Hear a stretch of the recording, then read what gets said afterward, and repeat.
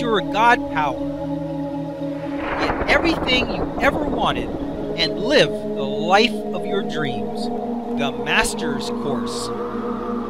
Copyright 2010 by Richard Lee McKim Jr.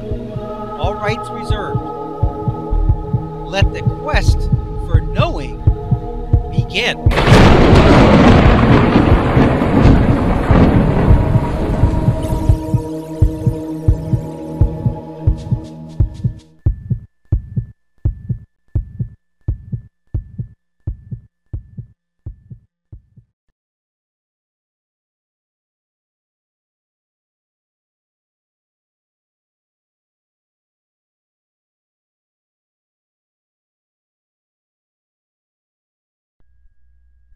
In this next video example, I demonstrate the normal effects of hot molten lead on a hot dog.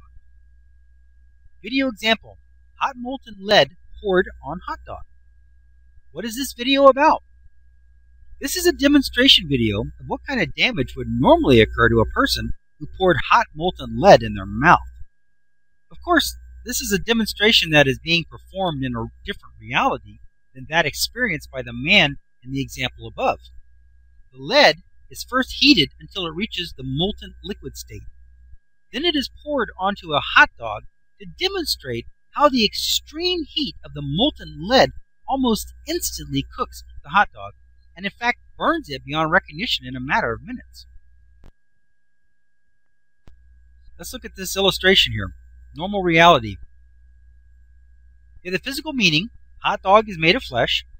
Then you have the physical meaning, 621 degrees Fahrenheit burns flesh. Okay. Then you have the physical meaning that you have the molten lead, 621 degrees Fahrenheit, on the hot dog. What do you get?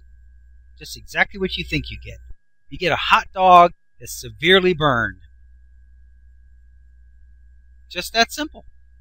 That's the normal reality. That's the reality that most of us experience because of our own beliefs. That's what we experience. What does this example show and what does it mean? This video example demonstrates that the only way that the man featured in the story above could have survived his own demonstration is if he was operating in his own different reality that bent the laws of physics, allowing him to accomplish this amazing feat. Lead, like the lead weights you use when you go fishing, melts into a molten state at about 621 degrees Fahrenheit. Water boils at 212 degrees Fahrenheit. That means that this man had a mouthful of hot molten lead that was 3 times hotter than boiling water. He held it in his mouth until it cooled enough to be removed in one solid piece. This is absolute evidence that he existed in his own reality, one in which the laws of physics operated differently than what science suggests it should. Otherwise, his mouth and tongue would have looked like the hot dog in the video demonstration above. These feats could not be performed if the body were real. Molten lead shot would at least crack your teeth and cook your tongue like a steak on a grill. But since the body is only a representation, like an animated physical picture, and we have the ability with our God power to change the meaning associated with our own representation, then there's no limit to what we can do. The process here is quite simple. Like the placebo in the doctor's office, the meaning of the hot lead was that it wasn't hot. It may have been cold or nothing at all. It could have tasted like candy. It doesn't matter. Nothing has a meaning that is fixed and unchangeable by us with our God power. Only the animal kingdom experiences a fixed reality.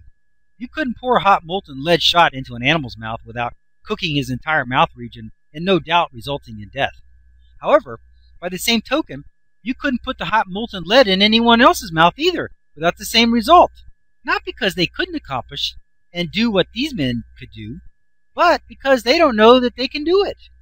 And therefore, they cannot. You can only do what you think you can do. That is your reality. But not everyone thinks the same as you. Therefore, we all have different realities. In this next example, a man was able to plunge a sword into his abdomen on a regular basis as part of his act. I don't mean to say that he did it as an illusion.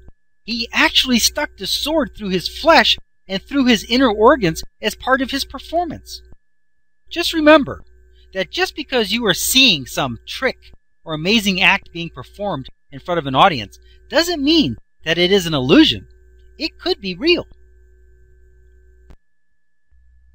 Marin Dejo, in public performances at the Corso Theater in Zurich, left audiences stunned.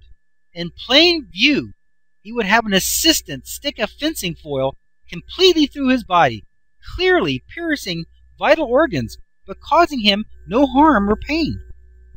When the foil was removed, he did not bleed, and only a faint red line marked the spot where the foil had entered and exited. His performance proved so nerve-wracking to his audiences that eventually one spectator suffered a heart attack, and he was legally banned from performing in public.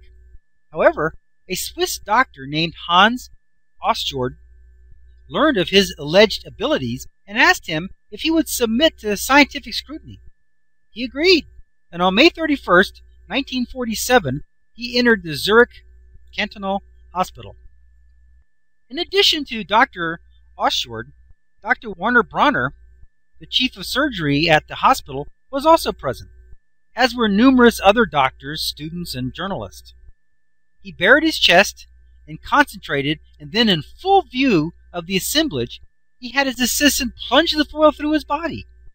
As always, no blood flowed, and he remained completely at ease. But he was the only one smiling. The rest of the crowd had turned to stone. By all rights, his vital organs should have been severely damaged, and his seeming good health was almost too much for the doctors to bear. Filled with disbelief, they asked him if he would submit to an X-ray.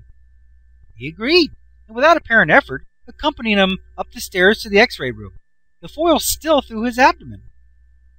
The X-ray was taken, and the result was undeniable. He was indeed impaled. Finally, after a full 20 minutes after he had been pierced, the foil was removed, leaving only 2 faint scars. Later, he was tested by scientists and Basel, and even let the doctors themselves run him through with the foil, and later related the entire case to German physicist Alfred Stelter, and Stelter reports it in his book, Psi Healing.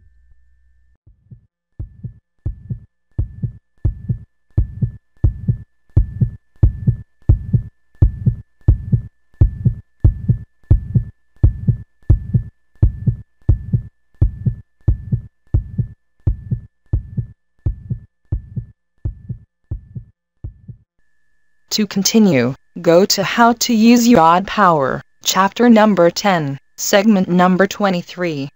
Let your quest for knowing continue.